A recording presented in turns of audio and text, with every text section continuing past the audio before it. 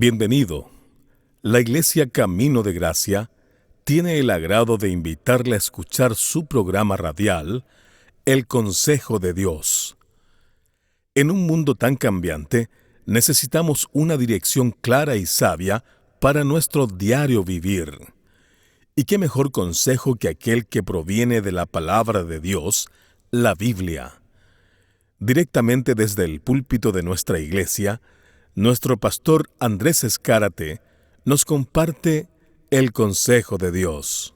Estamos estudiando el Evangelio de Mateo, capítulo 16, verso 18, donde Jesús anticipa la iglesia. Y hoy vamos a considerar en 3 partes el conflicto de la iglesia. Cómo la iglesia cronológicamente, a través del tiempo, fue perseguida por Satanás para destruir su presencia en esta tierra. Presta atención a la 7ª parte del tema. Jesús anticipa la iglesia. Les invito a buscar por favor en sus Biblias en el Evangelio de Mateo en el capítulo 16, Jesús y su iglesia, que es la primera declaración que nuestro Señor Jesucristo hizo. Quiero que abras tu Biblia por favor ahí en el Evangelio de Mateo en el capítulo 16. Ya conocemos la historia. Jesús en Cesarea de Filipo pregunta a sus discípulos: ¿cuál es la opinión acerca de mi persona? ¿Cuál es la opinión acerca del Hijo del Hombre? Pedro, bajo revelación divina, va a decir ¿qué cosa? Tú eres el Cristo, el Hijo del Dios viviente. Sobre la base de esa declaración, de esa confesión de Pedro, Jesús va a anticipar un pueblo que nunca antes fue mencionado: la iglesia del Señor Jesucristo. Y la iglesia es un misterio y es una verdad revelada del Nuevo Testamento. Y como ya hemos hecho mención, usted puede visitar las plataformas virtuales en el canal de YouTube o en Facebook. Puede mirar las enseñanzas anteriores. Es la primera vez que el Señor Jesucristo toma una palabra griega llamada eclesía, del griego secular, para designar al nuevo pueblo del Señor. ¿Qué ocurriría en el día de Pentecostés? Porque descendería el Espíritu Santo y posicionaría, esto es una verdad posicional.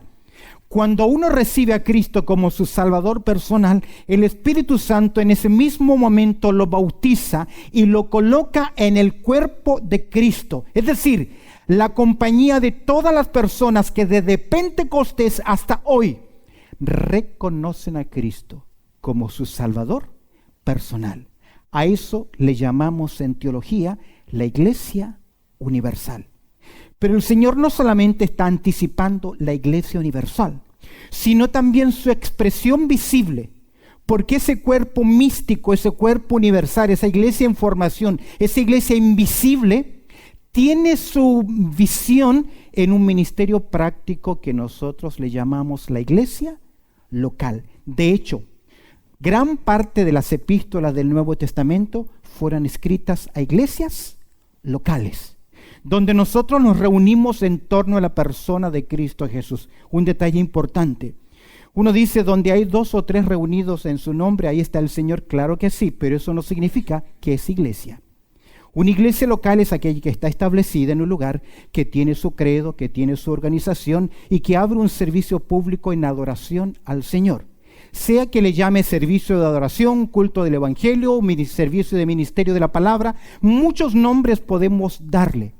Pero es el momento en que nosotros invocamos al Señor Jesucristo, nos entramos ante la presencia del Señor y el pueblo en unidad y en reverencia canta, alaba, confirma con su amén ante la presencia del Señor.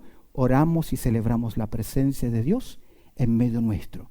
No necesitamos un mayor ritualismo, porque la verdadera adoración es en espíritu y es también en verdad.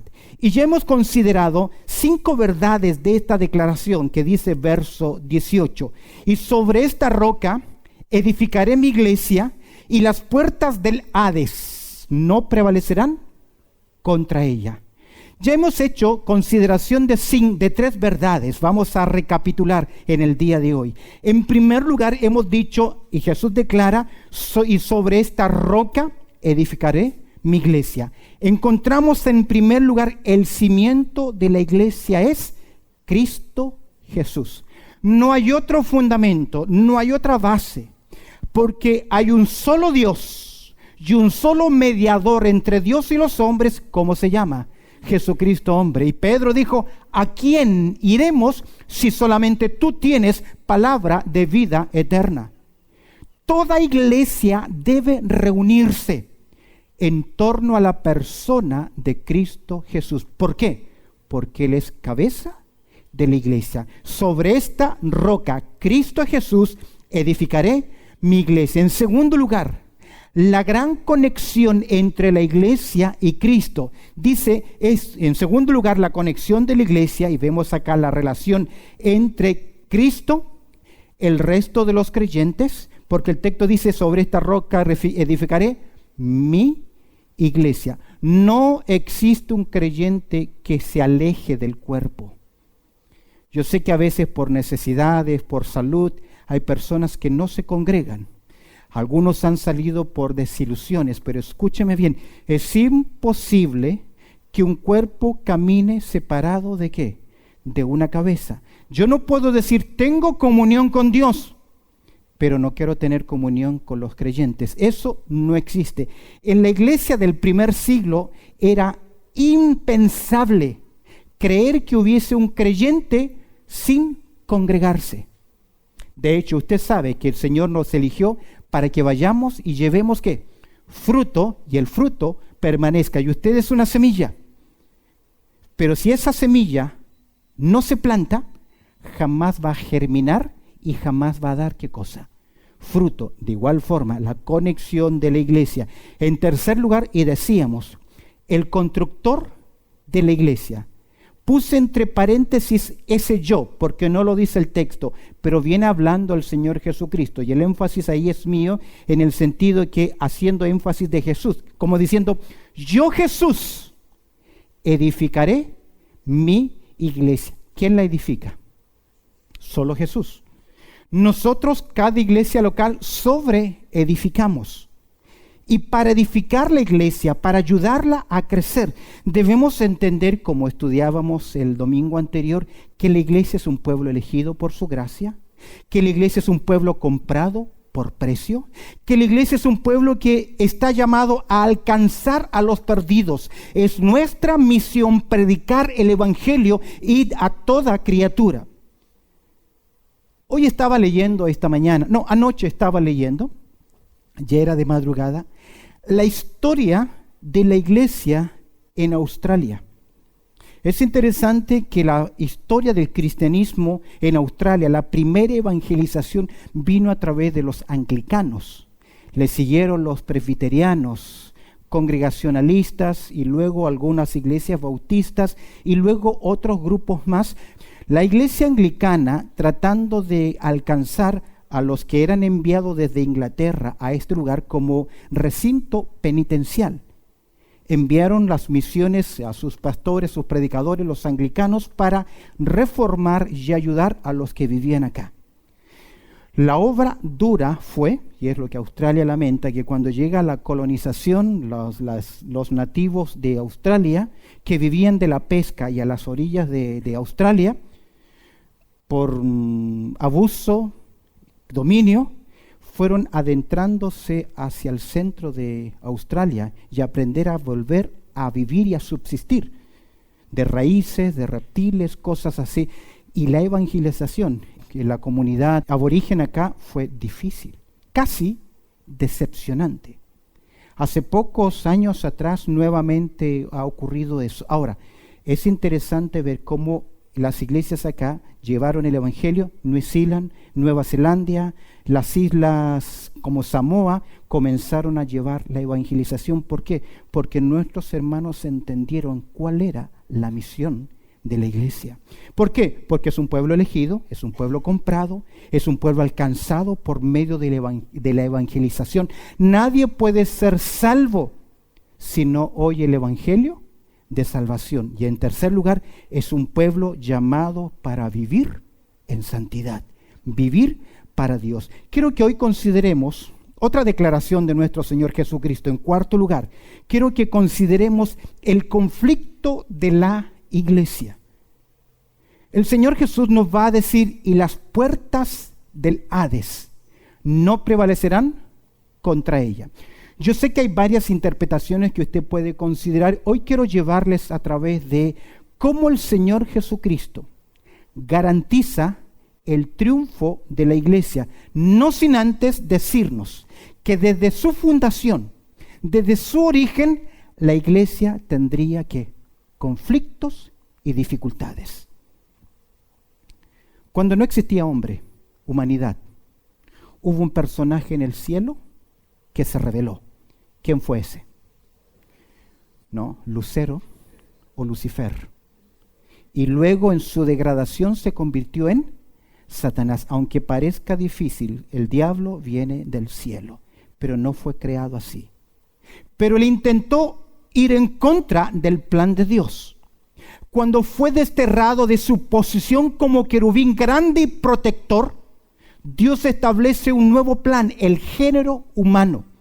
La raza humana, la raza es una sola, con características diferentes. Y Dios establece el paraíso y a Adán y le da un propósito. ¿Y entonces quién? El diablo vino para oponerse. Luego forma la nación de Israel. Dios hace la promesa de un Mesías. Y vemos a través de toda la historia de Israel el mismo intento de ¿quién? De Satanás. Y Jesús, anunciando el nacimiento, el surgimiento de la iglesia, también nos advierte de qué cosa, de que y las puertas del Hades. No vamos a entrar en el tema de definir Hades o Seol. Gráficamente representa el reino de las tinieblas, de modo que ya sabemos que Satanás con todo su sistema trataría de inmovilizar aquella iglesia que el Señor habría de edificar. Y es interesante, y quiero que me sigas por un momento, Satanás y la crónica de la iglesia. Y por crónica me refiero desde su origen hasta el día de hoy. ¿Qué ha hecho Satanás? Si tú recuerdas en el Evangelio de Mateo, en el capítulo 13, nuestro Señor Jesucristo dijo que Él vino y sembró buena semilla, pero detrás de Él, ¿quién vino? El malo, y sembró cizaña, confusión. Es por eso que cuando hay alguien medio maquiavélico, medio murmurador, le decimos, ya estás sembrando ¿qué? Cizaña. Conocemos coloquialmente el concepto. La primera etapa de la iglesia, los primeros 100 años, reciben los apóstoles la revelación directa de la palabra de Dios, reciben el mensaje, pero aún en el comienzo propio de la iglesia, ya encontramos falacia, engaño. ¿Recuerdas Ananías y Zafira? Queriendo imitar lo que no son. La persecución de los creyentes, la infiltración, escúcheme bien, de falsos maestros. Judas advierte de la apostasía en su escrito. Juan nos dice que hay falsos cristos, anticristos. Y el propio Pedro nos dice que entrarían lobos rapaces, falsos maestros. Estamos hablando en el primer siglo de la era cristiana y ya casi a los pies de los grandes predicadores, los falsos maestros también ellos comenzaron a aumentar. Es por eso que si tú lees conmigo en Apocalipsis, en el capítulo 22, observa conmigo el verso 18. Apocalipsis, en el capítulo 22, verso 18, tú vas a ver, y yo testifico a todo aquel que oye las palabras de la profecía de este libro. Si alguno añadiere o quitare algo de lo que está escrito en este libro, ¿qué vendría sobre ellos? Juicio. ¿Sabes por qué? Porque en el año 96 más o menos se cierra el canon de la Biblia. Dios ya nos siguió dando más revelación. Lo que hoy tenemos es el consejo de la palabra de Dios. Luego de esa infiltración en el primer siglo, observa conmigo la persecución de la iglesia. Ya a fines del primer siglo encontramos la persecución de la iglesia. En segundo lugar, Más o menos desde el primero hasta el cuarto siglo vemos allá persecución. Si los historiadores toman desde el siglo I hasta el siglo IV, hubieron 10 persecuciones, pero 10 persecuciones que se resumen, donde se persiguió a los cristianos a muerte. ¿Sabes qué hizo el Imperio Romano? Los utilizó en el circo. Nerón los utilizó para alumbrar sus veredas con antorchas humanas. Un emperador dijo, extinctum nominum Christianorum, extinguido el nombre del cristianismo. Él dijo, ya no van a haber más cristianos porque los estamos eliminando. Pero mataban a uno, Dios levantaba 10. Mataban a 10, Dios levantaba 100. La sangre de los mártires es la semilla de la iglesia. Pero estos queridos hermanos sufrieron por su fe. Hoy nosotros no tenemos ninguna persecución, con completa libertad llegamos acá. Pero el precio de esta iglesia fue duro y fue difícil. La persecución de la iglesia. Y los cristianos fueron acusados, ¿sabes de qué? De ser ateos. Porque el Imperio Romano era un imperio politeísta. Pero los cristianos solamente adoraban ¿qué? A un Dios. Fueron acusados los creyentes de canibalismo. ¿Sabes por qué? Porque los creyentes celebraban la cena del Señor. Y el Señor dice, tomad, esta es mi sangre. Y ellos los acusaron ¿de qué? De canibalismo. Los acusaron de tener prácticas incestuosas. Porque entre los creyentes, ¿cómo se llamaban? Hermanos. Entonces los acusaron de incesto. Finalmente los acusaron de ser anárquicos o rebeldes, de no sujetarse a las autoridades y tener a otro rey, no a César o a Nerón, sino que tenían un rey llamado Jesús.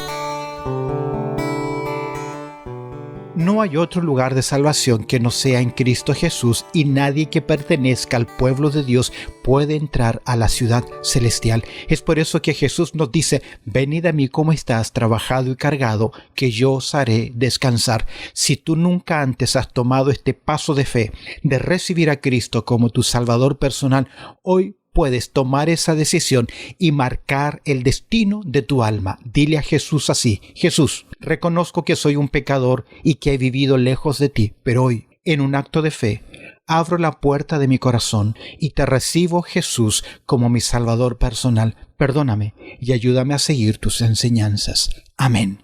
Si has tomado este paso de fe de acuerdo a las Escrituras y por la fe que tú has depositado en Cristo Jesús, eres un hijo de Dios, una nueva semilla que necesita ser plantada en una iglesia local para que crezca para la gloria de Dios. Las puertas de nuestra iglesia están abiertas. Recuerda, 10 de la mañana comienza nuestro servicio dominical. De igual forma nos puedes seguir a través de las redes sociales. Queremos conocerte y ayudarte en tu nueva vida en Cristo. Dios te bendiga. Gracias por haber estado junto a nosotros en este su programa radial, El Consejo de Dios. Si este programa ha sido de bendición en tu vida espiritual, te animo a que te suscribas a nuestro canal en YouTube. Búscanos como ICDG Radio, para que puedas seguir creciendo en el consejo de la palabra de Dios. Así que ya lo sabes, sigue nuestra programación diaria en nuestro canal de YouTube. Búscanos ahí como ICDG Radio. De igual forma, si quieres ver nuestras predicaciones, suscríbete a nuestro canal de YouTube ICDG Australia. ICDG Australia. También puedes acompañarnos en nuestros servicios en línea, nuestros servicios virtuales, que lo hacemos a través de Facebook. Si quieres estar junto a nosotros a través de los servicios en línea, búscanos como ICDG Hoxley Park en Facebook. Los miércoles a las 7 de la tarde y el día domingo 10 de la mañana en horario de Sydney, Australia. Suscríbete a nuestros canales, mantente informado. Para los que viven en Sydney, les animamos a que en algún momento visiten nuestra iglesia, que está ubicada en el número 22 al 38 de la Redmayne Road, 22 al 38 de la Redmayne Road. Esto es en el suburbio de Hoxley Park. Para mayor información, comunícate con nosotros al teléfono 0430 584 990. Repito, 0430 584-990. Dios te bendiga.